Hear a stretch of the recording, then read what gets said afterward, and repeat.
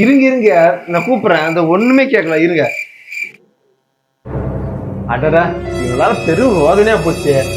இவரு வீட்டுல ரேடியா இருக்குன்னு இவருக்கு தெரிஞ்சா பத்தாதா? ஊர் உலகமா தெரியணுமா? காலைல எந்திரிச்சு வந்து ஒரு நல்லது கெட்ட போட்டு பேச முடியுதா?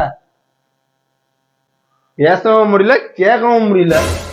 நானும் குணமா சொல்லிட்டேன், கோமாவும் சொல்லிட்டேன். இனிமே சண்டை தான் போடணும் போல இருக்குது. ஏங்க காலையில என்னங்க சத்தம்? உங்க சத்தம் ரோட்டு வரைக்கும் கேக்குது. இந்த பக்கத்து வீட்டுக்காரன் தாண்டி காலைல 5 மணிக்கு போட்டது ரேடியோ இன்னும் ஆஃப் பண்ணி தொழில. ஒரு நல்லது கெட்ட போன்ல பேச முடியுதா? ஏங்க இப்படி காலையிலேயே சத்தம் போட்டு அக்கம் பக்கத்துல உள்ளவங்கள்ட்ட எல்லாம் பொல்லாதவங்கன்னு பேர் வாங்கிக்கிறீங்க. பேசாம உங்க அம்மாவுக்கு போனை போட்டு வர சொல்லுங்க. ஏன் உனக்கு பாய் இல்ல?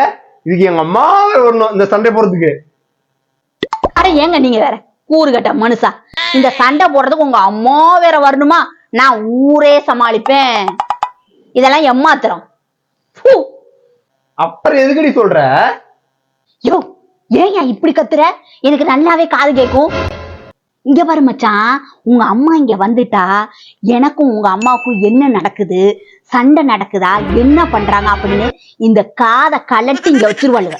அதுக்கப்புறம் என்ன, அந்த வீட்டுல இருந்து மிக்சி சவுண்ட் இல்ல, கால் நடந்து போற சத்தம் கூட கேட்காது. தெரியுமா உங்களுக்கு? வாங்க வாங்க.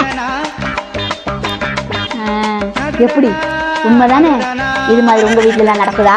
அக்கம் பக்கத்துல உள்ளவங்க இப்படி இருக்காங்களா? கமெண்ட் பண்ணுங்க.